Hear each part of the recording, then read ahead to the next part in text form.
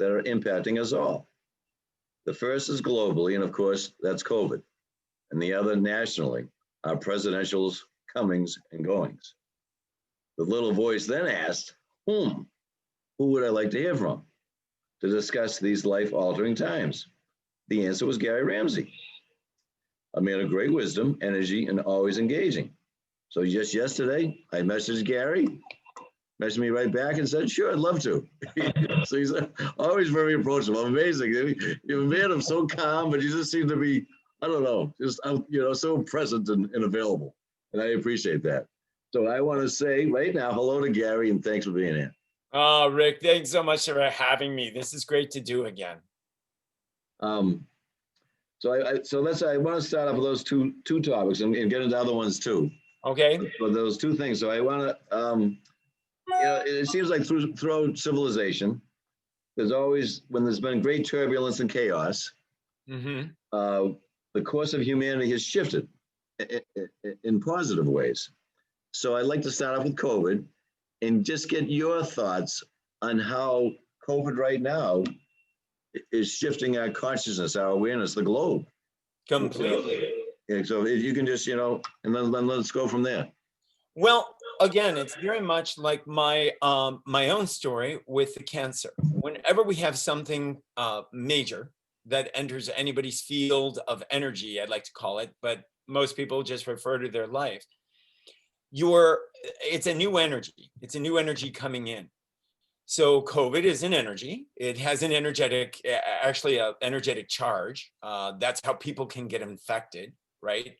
And then that energy comes into you, and of course it transforms. People think of transformations that are negative as being bad. And that's where on a third dimensional reality, we get into trouble because we see things from a limited perspective. So for example, like my cancer, I saw my cancer as a really, really unbelievable journey that brought about possibly the greatest growth I've ever had in my life.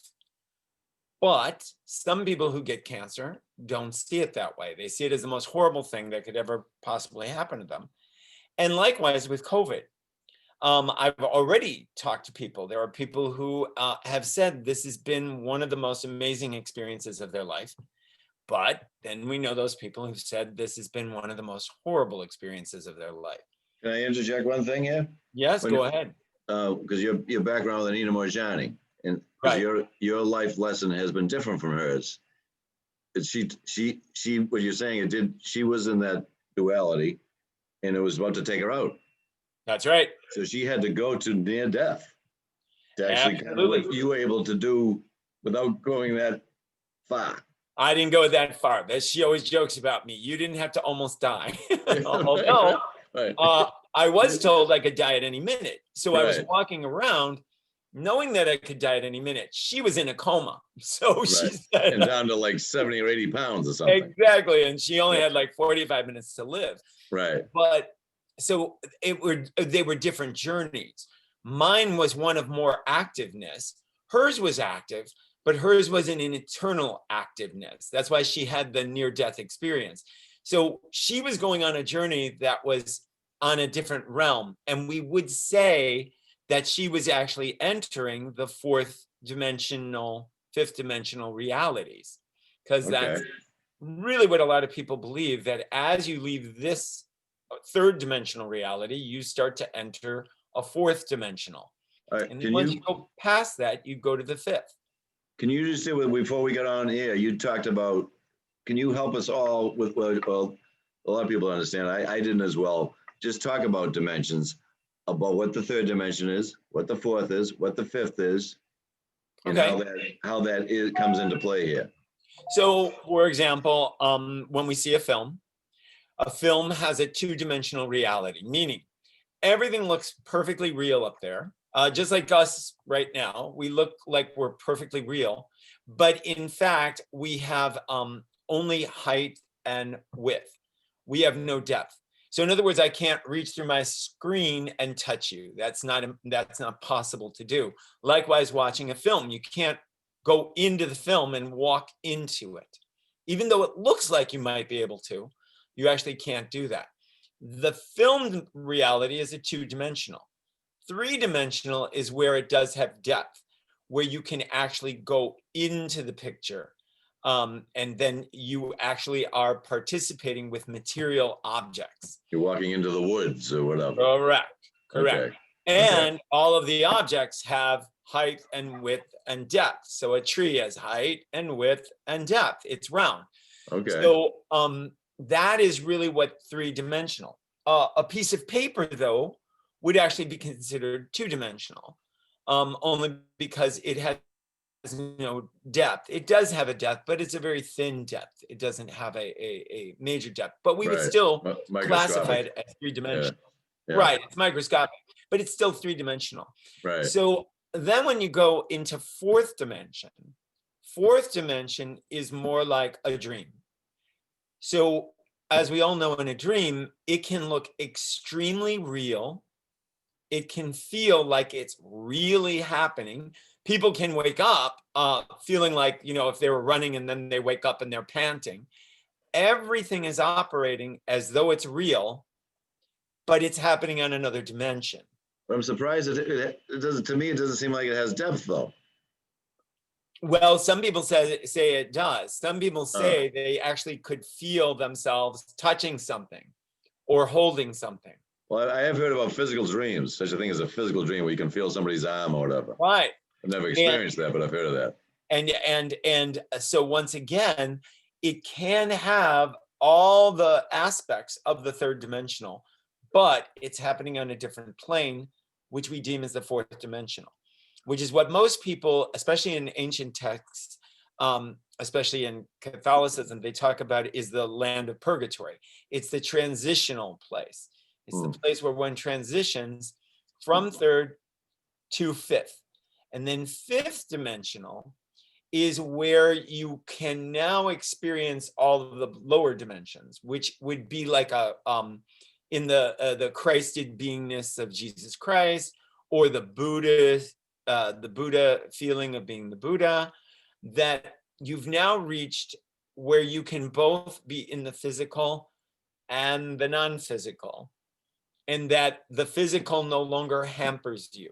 So you can walk through the wall, or you can fly, float on the water, or you can do whatever, because you're now no longer bound by the third dimension.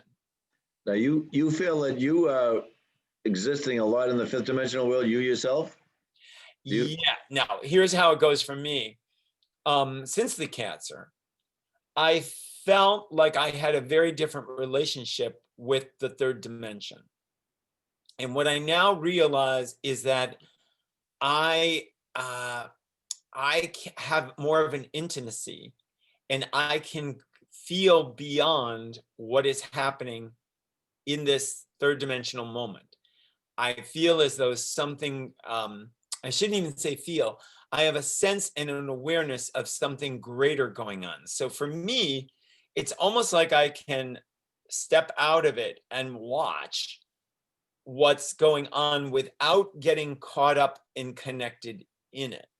So for example, COVID, I understand it's going on. Right. I understand its potential dangers. I understand what they're saying. Right. But it doesn't affect me. I don't feel as though COVID can actually personally harm me. Okay. Although you have 100% confidence you couldn't get it. Exactly. As a matter of fact, I've been exposed to it many times. I've never gotten it. I've never gotten ill. I've never gotten a positive test. It doesn't have an ability to connect to me. So you really don't experience fear anymore? You don't feel fear ever? No, I really have to say, I honestly have not had an experience where I've been totally afraid. I mean, there's those momentary moments, when all of a sudden you think you left your phone somewhere, but they're momentary. It's like, if a lion's attacking you, that's fight or flight. You got to protect yourself. Right. And in those kind of sequence, I no longer feel like I'm going to be harmed. I don't feel as though I'm going to be harmed. Nothing can harm you. That it's going to happen. You really don't feel any anxiety either. No, shortly after I got back from cancer, I was in a major, well, I shouldn't say major. I was in a train accident Oh, on the train.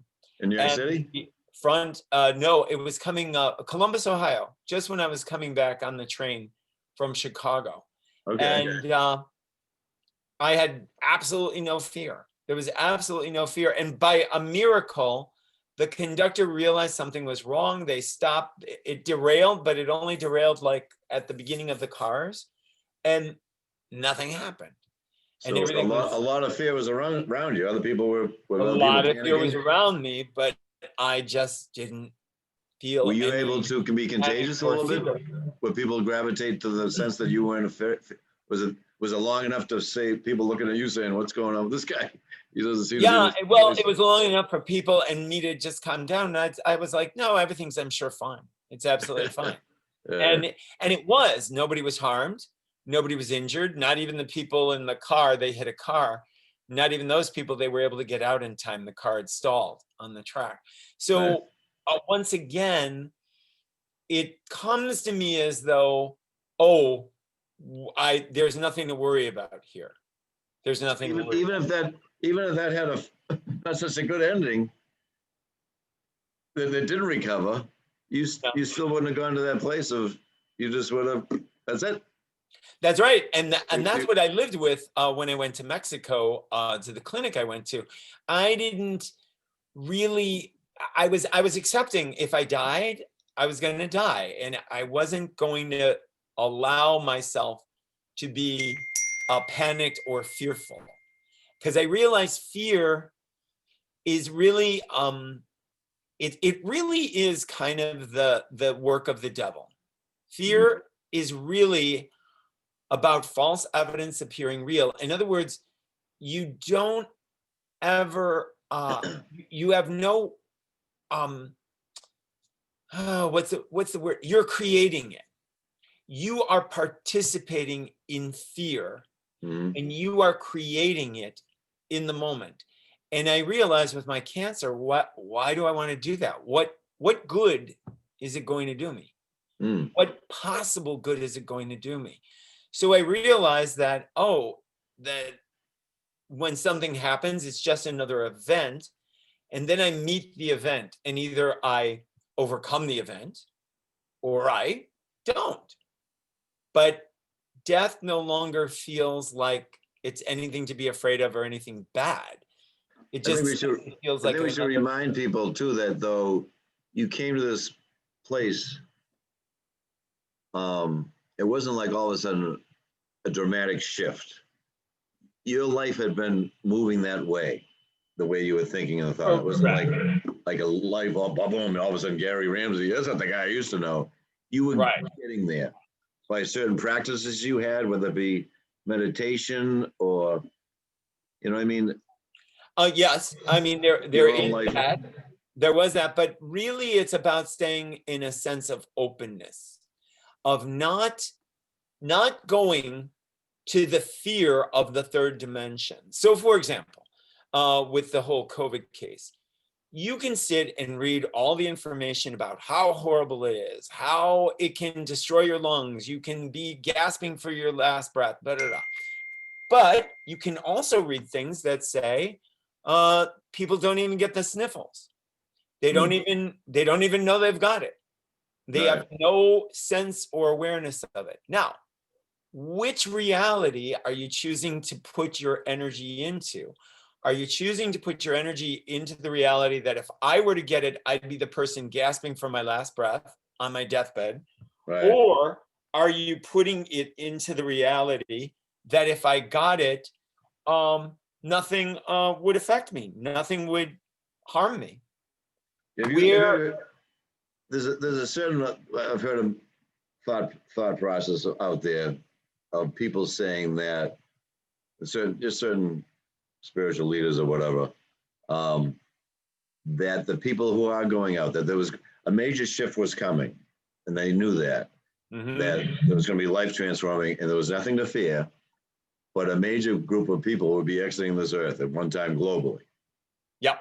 Now, and I've also heard the philosophy that those people that did, who are exiting, almost came here knowing they were going to be part of that exodus.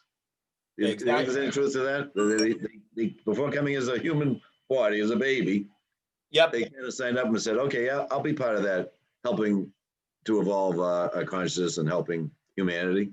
Yep. You think there's truth to that? Yeah. I absolutely do. Just like people during World War II, that we sign up, and I believe there is a contract before we come in, that there is a certain period of time. We are here to do something. And once we accomplish that, kind of like our mission, well, there's no sense in staying here.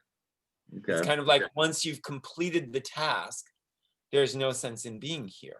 Anita realized that she had not finished her task. Right. And she had a choice. She had a choice, right? Didn't yeah. She? Father or something. Her father said, "I wouldn't go if I were you, but if you go any further, you can't go back." Right. And if I were you, I'd go back. He was suggesting that she go back. Yeah. Correct. Right. So I really, more and more now, I do believe that, and that we are here to fulfill that. And then a lot of people think they've got to figure it out. I don't really believe you have to figure anything out. I believe it figures you out. I don't think you have to figure it out. Well, like one of your Facebook Lives the other day, you were saying there are no experts. There's no experts out here. None. There are no experts. Really, the only expert is the person themselves, because they at least know themselves. Your own truth. Your own truth is the only thing you will ever really know. Right. And so what I try to guide people in is, what is your truth? So when I get somebody who contacts me about their cancer, I say, okay, well, what are you thinking about it? And if they say, they're saying this is really deadly. I said, well, they said the same thing about mine. Right. They said I was going to die. They said, actually, I had no options. Right. So now, why do you want to think your cancer is deadly? So what is that really about for you? See, and what I try to do is get them to understand that they're creating it. I was told it was deadly. I was told I was going to die at any minute, but it didn't happen. And even though the expert was telling me that's what was going to happen, it didn't actually unfold. So what I try to get people, and why I wrote the book, is to bring their thinking around to a new way of kind of perceiving, which is stepping out of the third dimensional and going into a higher thought process, which is usually out of the box, which I really deem as the fifth dimensional. You're starting to enter a fifth dimensional reality. Not completely, you're not a Jesus Christ, but you're starting to perceive things from a very different point of view, perspective. So what are tangible ways that you suggest that we have so many false belief systems that we grew up with all around us, family, society, education, college, whatever, and we slowly have to shed them. Correct. To get to our truth. Correct. Like for me, I know myself, it gets so ingrained in you. That is the toughest thing, I think, to overcome, is shedding those one by one. Like, what is the most helpful thing you can say to help us shed them?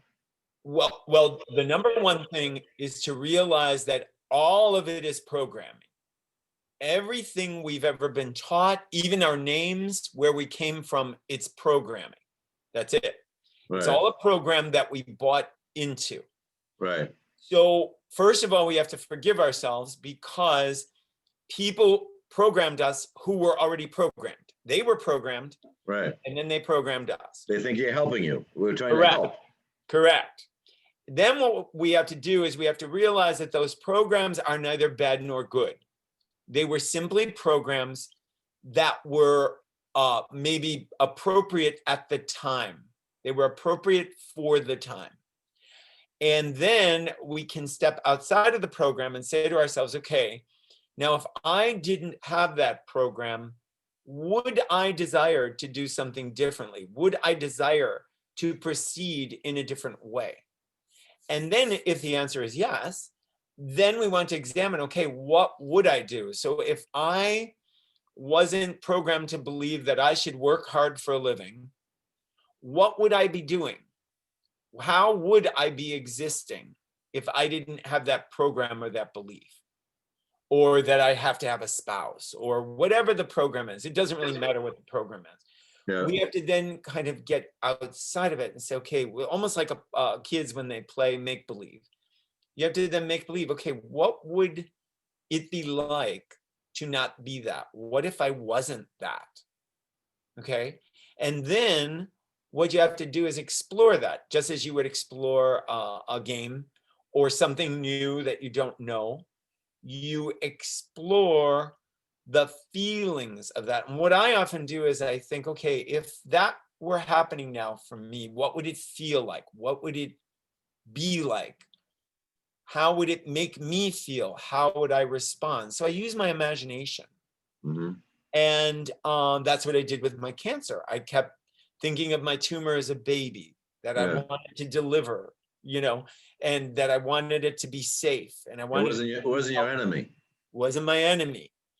And it worked. And it worked. You loved the tumor? Oh, I did. I really did love that tumor. Yeah. You really did. And I, yeah, absolutely. Because I just thought it was struggling to live. And it didn't kill me. And they said I must have had that tumor for years, because they said it was so huge. They said it couldn't have grown like in just a few months. They said that wasn't possible. So that was really the big flip over for me. We have to befriend these things. First, we have to understand we've got them. Then we have to befriend them. And then we have to figure out, like, how do we want to transform them? How would we go about that? What would we do? And sometimes, you just have to sit with that. You just have to sit with it and kind of play with it. And then I found with myself, when I keep my mind quiet and I don't worry, which is fear. Do you meditate a lot? Yeah, I would say I kind of do a living meditation. I don't let my mind wander too much unless I want it to wander. So like, I'm always staying present to what's happening right now.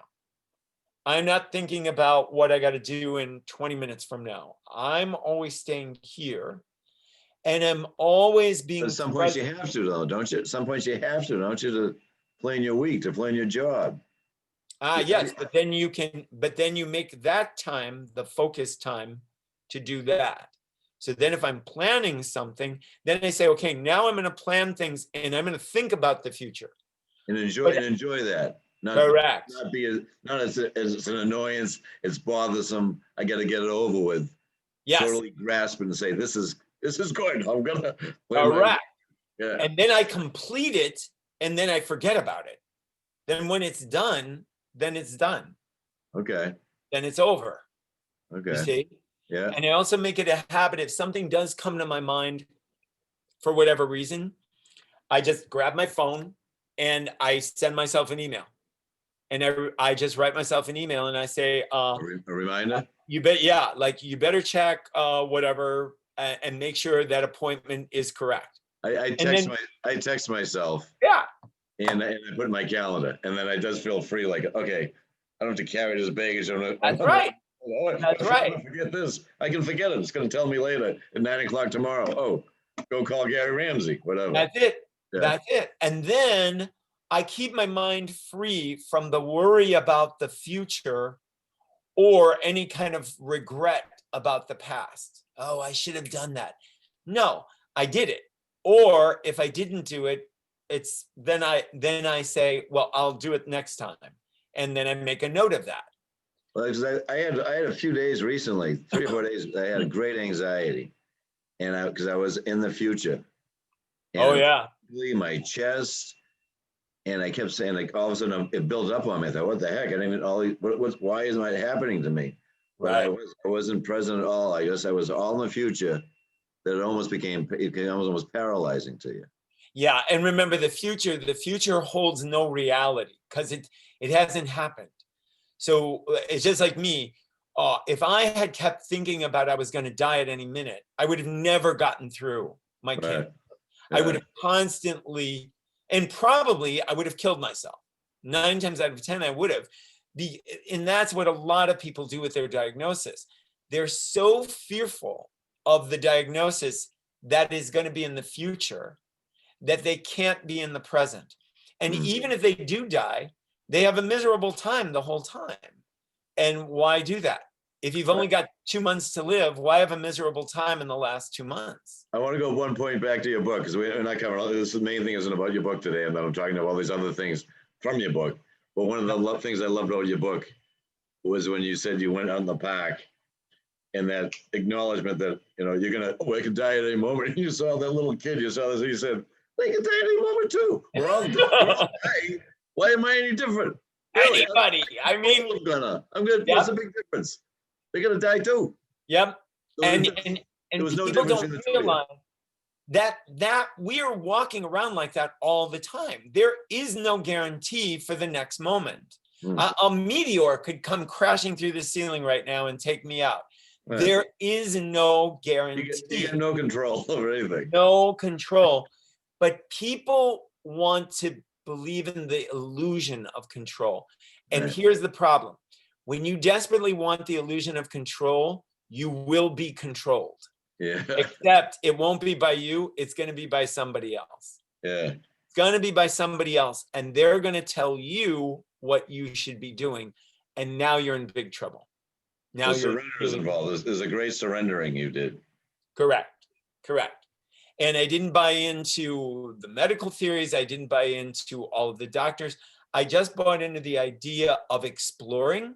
Yep. And then when Mexico said, well, we have a different way of approaching this, we have a better success. I had zero success here. So I thought, okay, so, now I get like 15%. I'll take it. So I just went with it, but I wasn't expecting to survive. I wasn't expecting I was going to live. I didn't know what to expect. I simply went with my gut instinct, which told me, go to Mexico and get the hell out of here. And you mix the two worlds, though. You use science, you use medical knowledge. You're doing like I'm just going to heal myself completely and go off in a teepee. You use this world too. Yeah. I use this world, and there were, although I didn't have a lot of Western medical, I had more alternative. I did have surgery, which is, Western, and right. I was put under anesthesia, which is Western. So I went through both worlds. I did alternative, integrative, Western. You're open. Yeah. And it worked. Yeah. And it worked. Would that have worked for somebody else? Not necessarily, which is why I don't ever really tell people what they should do, because right. I can't be them experiencing what they've got going on. Right. And I also believe every disease comes from emotional, psychological, mental, spiritual. It's not just physical. Previous generations and generations. Correct. Ethnicities. It comes from all different sorts of places. And it's up to the individual to really decide where is the best place for them to really be healed from. Where did that disease, because usually the vibration that starts a disease is in one of those bodies. It's either in the physical, the mental, the psychological, the emotional, or the spiritual. It's in one of them. Right. And one of them has more energy that helped the disease to create than the other ones did. Usually one has the greater amount. They're all integrated, but right. Usually there's a leader. There's a leader in the group, just like there is in a group of kids. Usually there's one that's kind of leading the show. Okay. Yeah. And then you want to see, okay, what's going on with that one? Why did that one want to lead to that cancer or that disease or whatever? Tackle that first. Correct. Talk about, you could, how the fifth dimension, you don't see good or bad. There's no duality. There just is. No duality. That's the greatest thing about the fifth dimension. In the third dimension, there's only duality. You only see light and dark or good and bad. And we have to label everything. And we have to be on one side or the other. Yep. So and it just keeps division going and going and going. Exactly. And remember, the division is always making something lesser. Always, always, always. And in the fifth... To make yourself better? Correct. And well, we Oh, think we're making feel better. ourselves Think better. you're better. Right, but we're actually making ourselves weaker. Right, We right, think right, we're better, right. but we're actually making ourselves weaker. It's called pompous. That's right. That is exactly right. And being an a-hole. Oh. And in the fifth dimension, you no longer see those delineations. It simply is what it is. Just like my cancer just simply was what it was. It wasn't bad and it wasn't good. It wasn't trying to kill me. It wasn't trying to help me. It just was what it was. And then I decided I was going to interact with the energy. And I was going to treat it like my baby that wanted to live. That was my decision. Because now I no longer have that good, bad idea in my head. And now I can explore it in a different way. And that's the beauty of the fifth dimension. You no longer see the two sides. And let's face it, hot and cold. Hot is simply a lack of cold. Cold is simply a lack of hot. So in other words, you're going through degradations. That's all you're really doing. And then the question is, where are you the most comfortable? Where do you fit in? Where is your warm? And remember, for everybody, warm is a very different temperature. For some people, warm is hot. For some people, warm is cold. Some people, one person's warm could be another person's freezing cold. So we have to realize that it's only about our relationship with it that is making it into a reality. It doesn't exist like a real thing outside. So, for example, there's no such thing as real warm. What is a real warm? There are people who will agree on what warm is, right? But if you bring an Eskimo into a 70-degree day, they're going to say it's hot. Right. So who's correct? And the reality is there is no correct. You're just simply coming from different perspectives. It's just a foreign concept to me to think how you can you're living in a world that you don't perceive good and bad. It's really, it sounds amazing. It's so. Well, and again, I get a lot of flack for it. I know, because so somebody goes on the street and shoots a guy in the head, right, in the supermarket. You go, that wasn't good or bad. They're going to say, what do you, get this guy out of here. Get this guy out of here. Oh my goodness. See, again, even with those kind of tragedies, we have to remember that a lot of events occurred for that to happen the way that it happened. Right. And a lot of things had to work correctly for somebody to get shot in the head. Right. And so what we have to remember is that the universe is always conspiring to create something, right, that is for a greater good. Being shot in the head is a good thing somehow. That's exactly right. World War II, the Depression. That's the exactly pandemic right. in 1918. Yep. And that they are leading us to a higher state of consciousness. And look at how the consciousness shifted from World War II. Probably the greatest growth of any other period of time. And maybe now we're in the next one. And now we are very likely. This is global. That was only certain countries involved. That's correct. There were some countries that weren't. So they went, this is everybody on the face of the planet. Right. Is impacted. Correct. Pretty much. Absolutely. So and then the question is. So what a great gift that is. Right. We all can feel the exact same thing, because you can only understand another when you kind of have felt it had it happen to yourself. You can understand it better. Right. So we can all have a mutual understanding of this fear of COVID. Exactly. If you want to have it as a fear. Then yes. And remember, there are some countries that are not afraid. Look at like Sweden, never shut down. New Zealand's doing well, right? Yeah. Right. So once again, they're handling it in different ways. And then we have to remember that that's like us. How am I handling it? Am I terrified of going outside? Then that's what it's going to be for me. But if I go outside and I don't care, well, then that's how that's going to be for me. In other words, we're dictating how it will perpetuate itself. Because if you give the enemy a lot of power, you're probably going to be subdued. You're probably going to end up badly. If you can't battle the enemy, well, then you have to surrender. And if your surrender means you're going to die, well, then you're going to die. And plenty of people have. Yeah. So that's fine. I'm not saying there's anything bad about that. But the people left behind thinks there's something bad with that. And they want to blame someone. But they're not taking responsibility. They're not accepting that they have participated in the creation of this. We all have participated in the creation of it. Right. And how do, because the two sides of everything, whether it be politics now, the presidential election, COVID, the two sides of everything work so hard to talk the other into being on your side, to come to my way of thinking. Correct. And we have to mesh to a neutrality or a mix that, because the harder we oppose or resist anything, the farther we're straying. And right now that's happening so much. We're pulling away from two different sides that it's also tough to grasp me sometimes that was actually it's heightening our consciousness. Absolutely. And people are wasting their energies in that battle. And when you waste your energy in the battle, you become weaker.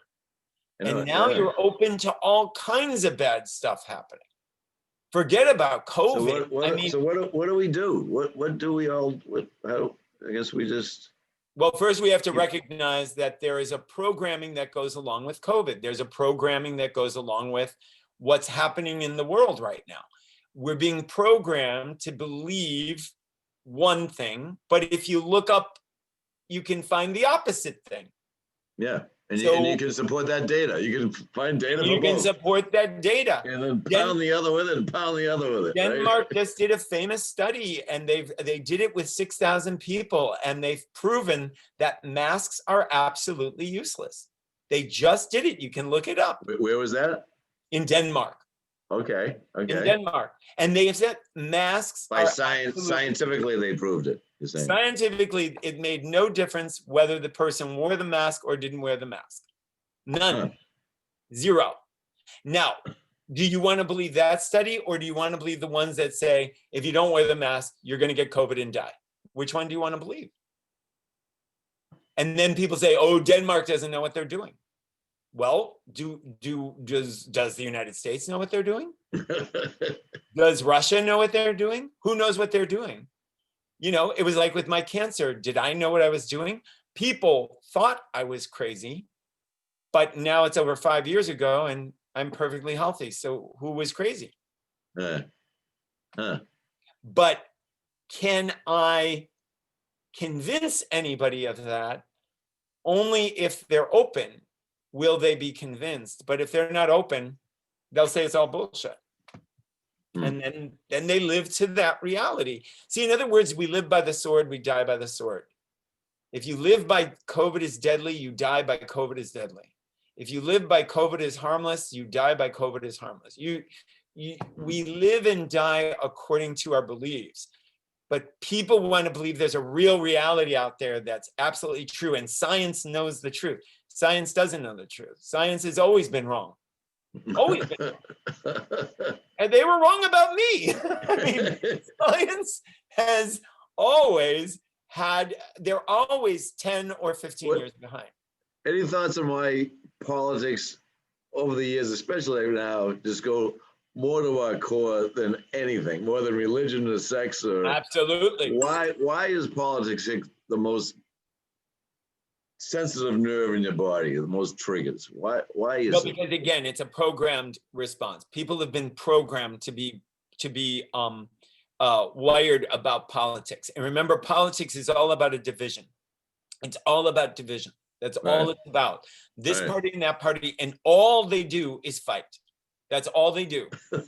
Period. End of quotation marks. So, and what happens is people give their personal power away to the politics who do not, and I don't care what side we're talking about, none of them have your best interests at heart. They have their own best interests at heart. It's all about them. It's all from good intentions, though, but that's the thing. It's all from good intentions. And it's from a place of love, but a distorted love. And there's the road to hell. It's paved with great intentions. Yes, I agree with you.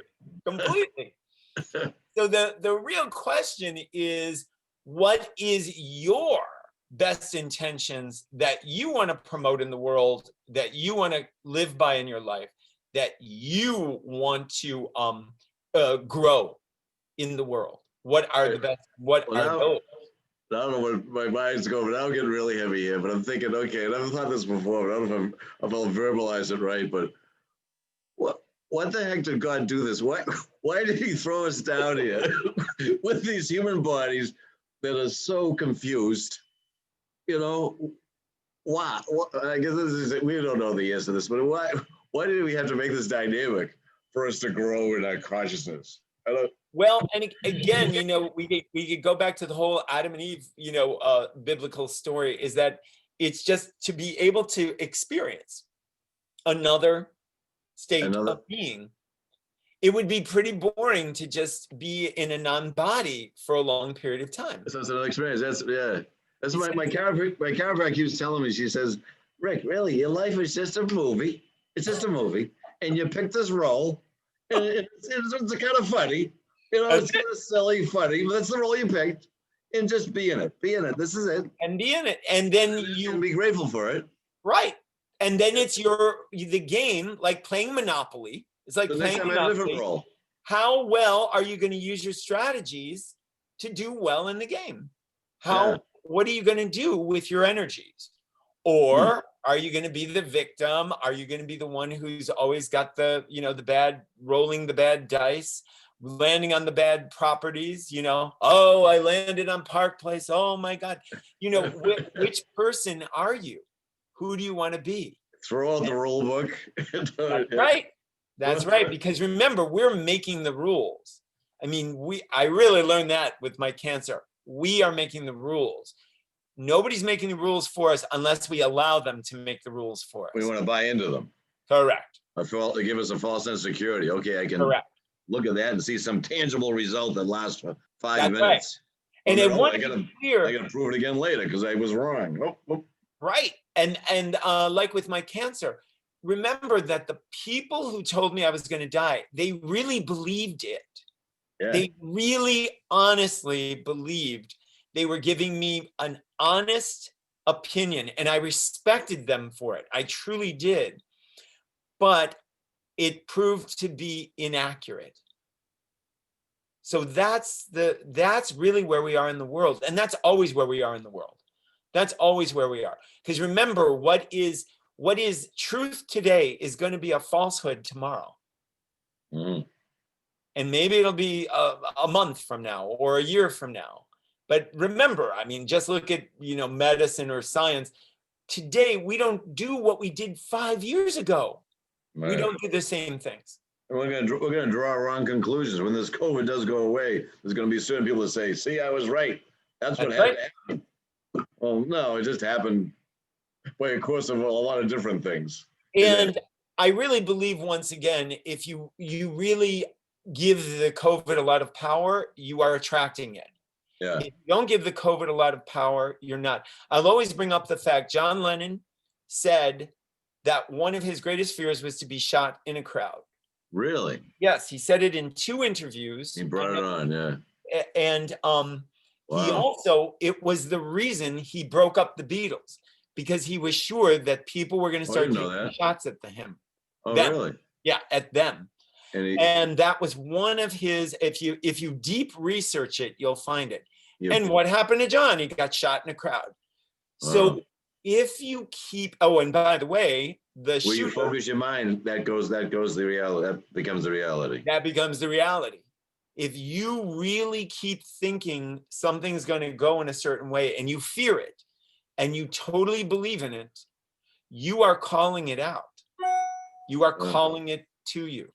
And I'm always fascinated with how people do end the way they fear of something they fear. Natalie Wood is another example, terrified of drowning, and she died by drowning. Really? Yeah, she had a drowning incident when she was 8 years old on a movie set. And she was terrified of water, terrified. And yet she drowned.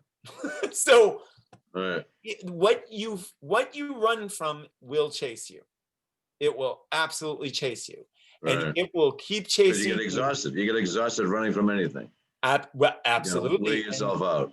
And that is division. That is weakening. That's what's going on with politics. That's what's going on with COVID. Like And jumping in quicksand.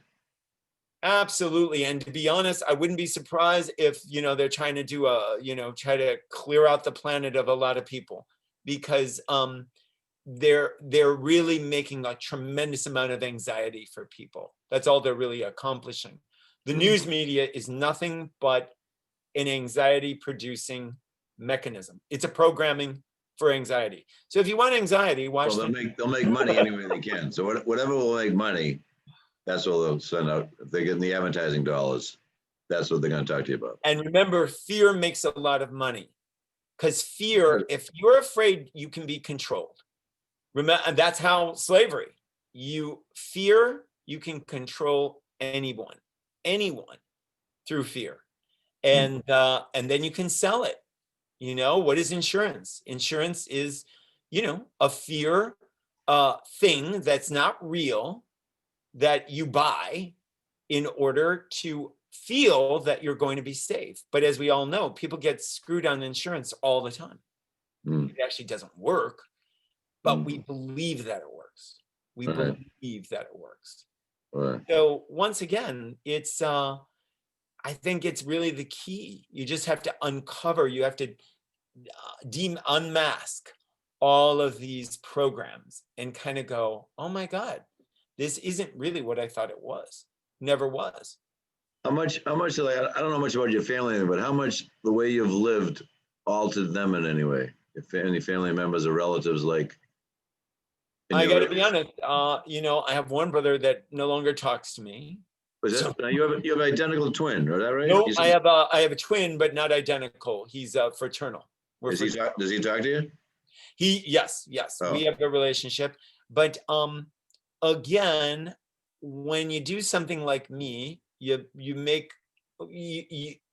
create a lot of people who have a lot of anger about when something goes well for somebody else. A lot of people get angry about it. So a jealousy, like a jealousy, or a disbelief. I had a lot of friends that checked out. They didn't want to be around me anymore. They didn't want to be near me. So what we have to remember is when you it's so weird that somebody who finds love and finds total happiness is threatening to them. Correct. And remember, it happens with marriages. It happens with everything. Right. People don't like other people. Remember, we vibe to the people that we're most like. Victims vibe with victims. People who have money problems vibe with money problem people. Rich people vibe with each other, with rich. Right. So birds of a feather do flock together. Right. And I was in a different pool of people, and then I did this thing, and all of a sudden a lot of people were like, oh, you're out of the club. That's a no-no. That's a no-no. You broke my reality. And I had a lot of close friends who lost family members to cancer and thought I was out of my mind. And then when I was successful, they really were angry. They really were angry. My twin brother, his wife died of cancer. She'll be dead 2 years in December. On the same time period that you were close to your diagnosis. She had just gotten done with her treatments when I got ill. Oh. And then her cancer was, quote unquote, she was in remission. Oh. And she didn't even live 4 years. Oh, not this even. This is your twin's wife? This is my twin's wife. Yeah. Right. And she did all the right things, and she was like in great shape. I did all the wrong things, and I am alive, and she's passed. The first time we talked, that's one thing we didn't touch upon. I couldn't touch upon everything, but in the book you talked about being a twin and how the role that you thought before your cancer and everything else, that you were the strong one, you were the dominating one. He was more passive. Yeah. Right? Yeah. And you had it kind of mixed up as far as the balance goes. Correct. You learned a lot. Can you talk about how that your cancer taught you about the relationship being a twin and your role? Yeah. Because again, I was kind of the twin always in charge. I was the one, even though I was the younger, I was the one that was like the stronger, quicker, faster, more outspoken, stick up for myself. He was the So more you passive. thought you had a leg up on him in a way when you were Correct. younger, right? Correct. And then I realized that in the world, twins exist all over the place. So for example, my kidney was the problem, kidney cancer, and kidneys are twins. Kidneys are twins.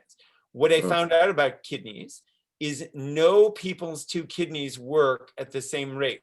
There's a dominant kidney and there's a less dominant kidney. And you never know which one it'll be. Could be the left or it could be the right. So Now, it's perfect you're a twin. yeah. It's perfect.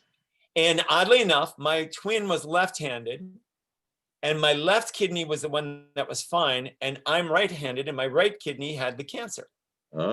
So my right kidney, they said, which was very strong and was my dominant kidney as well. They said it held out for a long time, but now it petered out. It petered out. It couldn't take it anymore. And so the removal of that right kidney was like that twinship. It was like that dominant aspect of my personality was kind of removed. I really believe that my pushing and my always trying to help and please and do, that was kind of symbolic of that cancer in that kidney. And so the tumor in the kidney came out of the right side. And then I was left with this passive left kidney that was very much like my twin brother. And I realized that there's a lot of strength in passivity, that passive, like the hare and the tortoise, passive is slow and steady and can keep moving forward. Turtle wins the race. That's right. The turtle wins the race. Yeah. Whereas the hare is all over the place. Pretty entertaining. Yep. And can really get itself into trouble. Yeah. And that's when I realized, oh my God, it's got to be a balance. And in truth, all twins should be balanced. Right arm, left arm. But most people are dominant in their right, except for left-handed people who have to learn how to be more dominant in their right, because we live in a right-handed world. But everything, legs, most people have a dominant right leg or a dominant left leg. A lot of people, it's the right, but some people, it's the left. And nature loves balance. Nature loves when both sides are equalized. And that's really what people have to learn, even like politics and all the rest of this, that it has to be a balance, that not either side is bad.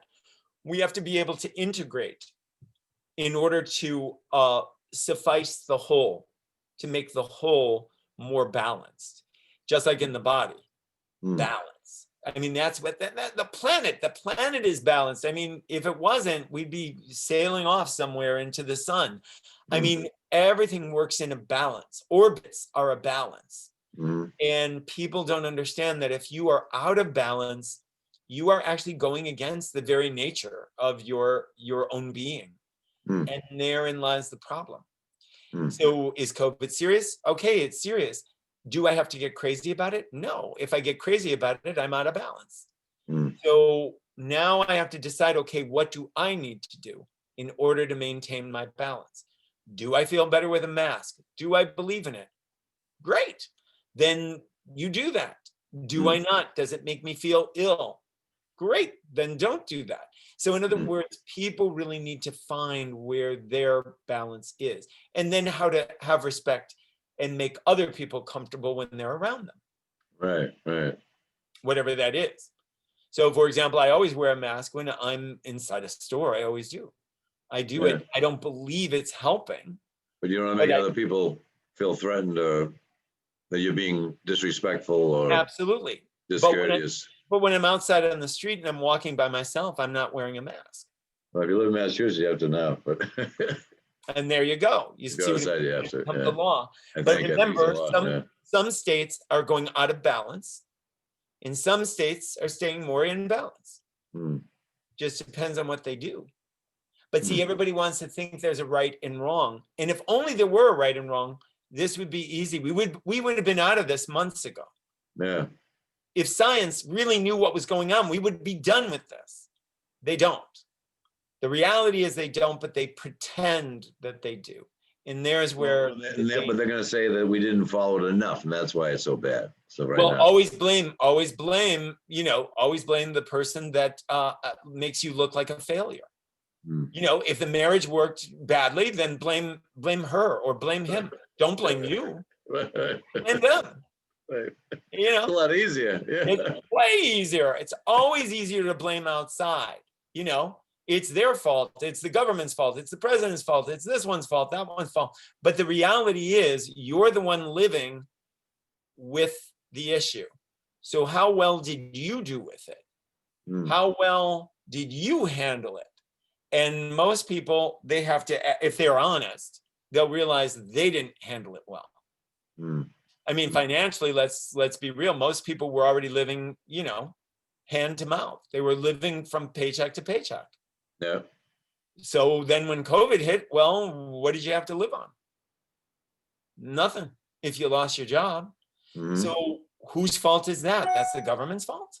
That's COVID's fault? Whose fault is that? So I now start to look at things in a much broader, more expanded. And then if you are in anyone who is in a really bad situation, the one thing you don't want to do is panic. You don't want to fall to fear. That's how, let's face it, with drowning, most people drown because they panic. Yeah. It's not because of the not being able to swim. It's the panic. Right. It's the panic that kills all of them. Right. So why do it? And what is panic? Panic is fear. Panic begins from fear. And what is the fear? If you're in the water, I'm going to drown. That's the fear. But you haven't drowned yet. So, and when you do, then you just accept that when it happens. You don't project. But it's hard, because a lot of people, we're not taught this, and we don't prepare ourselves. And then people hit a crisis. And of course, once you're in a crisis, it's like your house is on fire and you never thought about how you were going to get out of it. Well, now you're going to go into panic because you have no plan. You have no idea. You don't know what you're going to do. But if you know what you're going to do, well, then you're going to follow that. Yeah. And when you think about it, that's what all firemen and 911 and police, they follow procedures. They follow procedures. They plan for it, or they're taught how to plan for it. And they don't panic. Yeah. And we still know it doesn't mean it's going to be successful. Right. But at least they're not running around like chickens without their heads. Yeah. You mentioned yesterday when we were connecting about tomorrow being the 57th anniversary of the assassination of JFK. Yes, tomorrow it is. And you thought that might be interesting if we talked on that day, November 22nd. Yep. But we're a day early. We're a day early. But we can still, I guess, talk about it, that, how that did affect the whole country then. Yeah, that was a turning point. I really believe that's when people, we started this whole idea of high espionage. We started this whole idea of evil forces. The mafia, the coming Cubans. To take down, And that's when it began, and then escalated all the way up to 911. And now continues with this whole COVID thing, which really comes from a foreign country as well, although maybe not. Maybe, who knows? We're at a point now where the enemy could be our next door neighbor. We have no idea where evil lurks anymore, because too many people, I think, have gotten themselves kind of stuck in a very entrenched third dimensional box, and it's a pretty negative box. And we see it in all aspects of our society. Pedophilia is at the highest it's ever been. I mean, it's just unbelievable. Crime, murders, most murders are committed by people who know each other. Husband and wife murders are like one of the highest murders of any, murder that occurs. I mean, so we have definitely, our consciousness has now gone into a very exacerbated kind of paranoid state. And when you got that, anybody potentially could go off at any minute. Anybody. And we've seen it, people who just go in and shoot up at the post office or the McDonald's. The paranoia, the sickness in the mind has become very great, very great. And people are buckling to the stress. But it started with the Kennedy assassination. There was because I was alive, and there was more of a simplicity before that. There was people were shattered. Fighting. That was a real shattering. I was, I think, like 5 at the time. Yeah, that's about I remember seeing my father cry, and I never saw that before. So that's the main thing I remember, that he was impacted like that. So that it was, it was. And all of a sudden it became this, very big story. And then the guy who supposedly shot him gets killed on live television. I saw that, as a matter of fact. And all of a sudden it became very complicated. There were all these complicated things. And that was the beginning of this kind of complicated world. And then, we started with terrorists, and those started in the late 60s. But that's when we grow the most, right? When things happen, we can't even plan for it, can't prepare for it, can't think about it. When things happen drastically like that, those are our most learning pivotal moments. They can they can be deadly ones. Those are also the moments. Yeah. Conserve better than even a gradual thing when you're prepared for it. They hit you over the head with it. Boom. Exactly. You really regroup and rethink and say, whoa. Exactly. We got to reconsider stuff here. And that's, again, each person's responsibility. How well are they preparing themselves? How are they preparing? God rest my mother's soul. I mean, my mother didn't think about her dying until everybody else had to deal with it, not her. She was not a person that really worked out things and didn't take a lot of preparation about stuff like that. She just thought, oh, whenever, I'll think about it tomorrow. She was a real Scarlett O'Hara. Well, that's good, you mean? She didn't, what are you saying? Well, it was good for her. It wasn't good for anybody who had to take care of her. I thought you meant she didn't perseverate about death or fear. I thought you were saying, but no, you know what I mean? Prepare no, she didn't really take care of her affairs. She wasn't prepared. As her body failed, she had no money. She had nothing. She had nothing prepared. So that was the downside of it. So it was, and again, somebody doesn't have to be a fatalist either, but people need to realize what is going to come down the pike, and are you ready for it or are you not? What are we really ready for? And then if it's kind of like the squirrel and the ones that's dancing around having fun in the summer, and the squirrel is squirreling away nuts for the winter. Which one are you? And if you want to be the one dancing around and not saving up for the winter, well, just don't complain when the winter comes. So that's really people's, And my mom always left the worrying. She always let somebody else figure it out. She didn't care. But the problem was, then we were stuck trying to figure out, okay, now what do we do? But worry is no good either. So I'm kind of stuck in the middle here thinking of what you're saying. It's not good to worry too much. So balance. We go back to balance. Oh, but being oblivious either. But you don't want to be oblivious either. Hanging on to other people. They'll take care of it. They'll take care of it. It'll work out. Throw my body in the garbage. I won't be responsible of anything. Exactly. I'm putting my feet up. It always goes back to that balance idea. You can't be oblivious but yet you can't be like psychotic and be worried about every single second. You got to find that balance in the center. And I like to call it the paradox, sitting in the paradox that I could fall that way or that way. Yeah. Or I can just sit in the center and be calm. And that's usually what I choose, to be calm in the center and not worry about falling that way or that way, and not wondering, will I fall that way or that way, and just sit very nicely in a balanced center. That's how I like to think about it. Well, that's what you're talking about earlier when I asked you about meditation. I'm trying to remember what you said now about you don't necessarily, you meditate as you're living. Is that what? Everything is a meditation. If I wash the dish, it's a meditation. If I get dressed, it's a meditation. You're in the line of the supermarket. Whatever. Correct. My mind is staying with what is occurring, and I am staying with my whole body as it occurs. Huh. It's kind of like Tai Chi for life.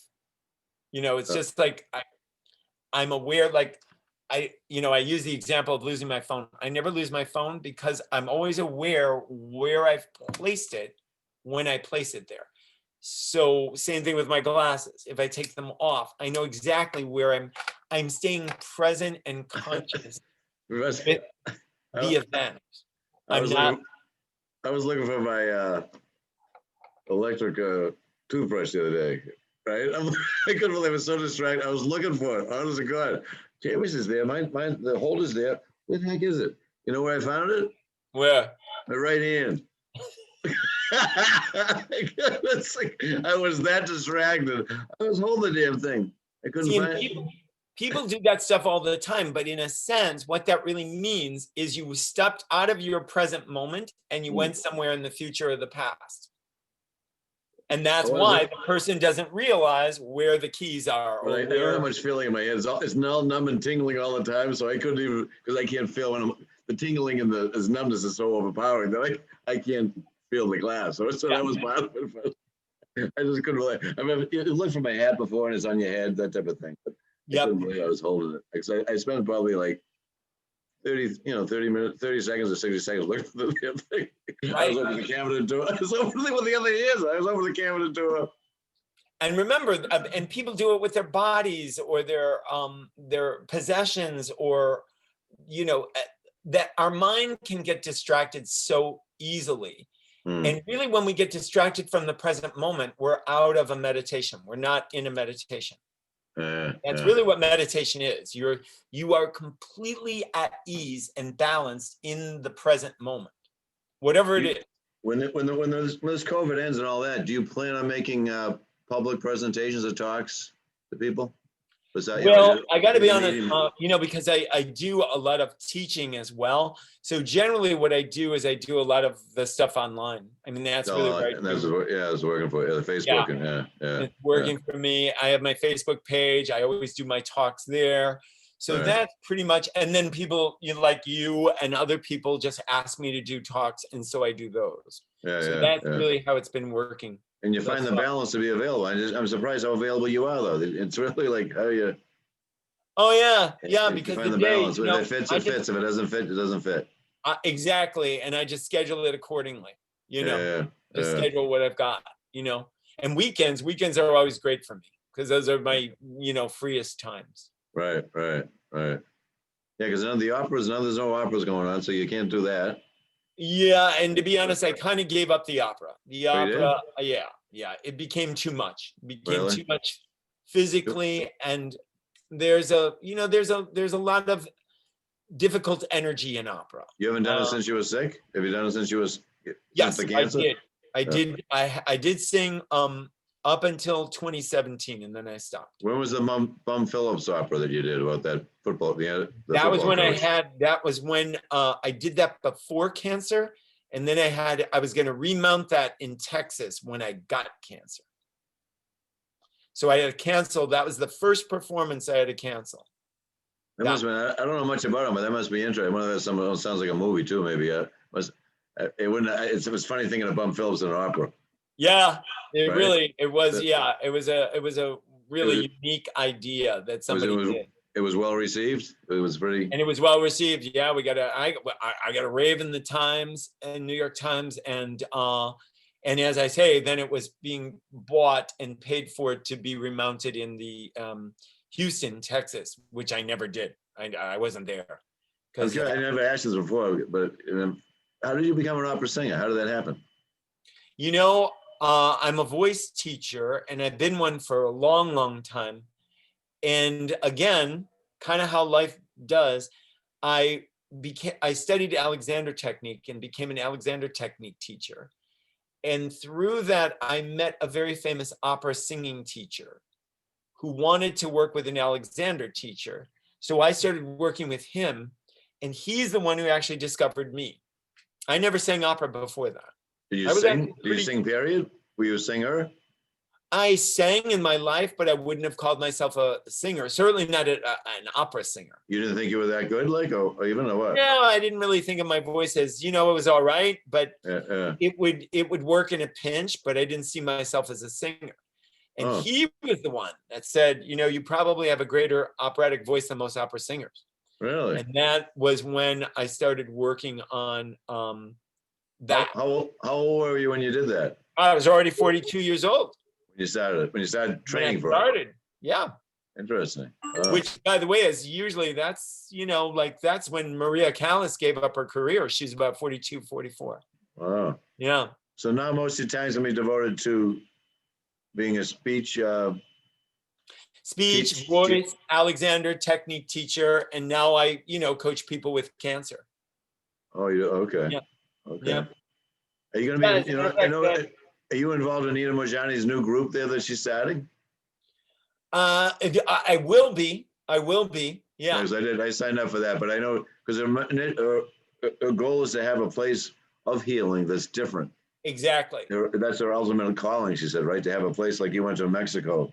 And she's been working on that for a long time now. Yeah, that's her. Yeah. Long time. Yeah. Yep. So right, listen. Do you have anything else you want to share? I thank you again for your time. It's so much better seeing you face to face. I know. Maybe I'll submit this as a YouTube too. That would be great. It's so easier for me to talk to somebody. Yeah. And then be real than worrying about the pauses or in between, and I just can't connect as well. Right. That's why I said to you, let's try this as a Zoom, and then I can release it as a podcast anyway. But I think I might do both now that I've gone through this. All right, good deal. Good deal. Yeah. Yeah. And I would just say for people that they just really remember that if things are going badly, you're participating in that. And you want to turn around the bad, and you want to see how to do that. I'm going to take a lot of what you said today, because I've told you before I have nerve pain, and then really believe that I've brought this on myself. So I got to figure out how to release it, why I'm attracting it. Right. And that's been a journey for me. And it's the one thing different. When I was depressed and anxious, I went through a long depression. I think I told you. I was not grateful during that time period at all. That's 7-8 year period was awful. But during 2013, this nerve pain has started. But during this period, I have been grateful of this curse, which is different. Very different. Yeah. The directions has brought me. Yep. So it's different than all of a sudden have to be over to be grateful for it. But I want it to be end. I want to be over the pain. And then I know it, and I do believe whatever, like I say, whatever doctors say, it's not a chronic life condition. It's all energy that can be released. Oh, absolutely. I have to concentrate how to manifest that and believe it. And as I spoke with you, that's what I work with the Alexander technique. That's a lot of what I work with, people who have chronic pain that they just have not been able to get rid of. Oh, we'll have to talk to you about that on a private course. Yeah, we'll have to explore that later. So, all right, Gary, as always, thank you very much. All right, Rick, this has been a pleasure. All right, anytime. All right, I'll see you later. Take Bye, care. Gary. Yeah, you can sign us. It's your Zoom, not mine. So. All right. All right. Bye-bye. Bye-bye.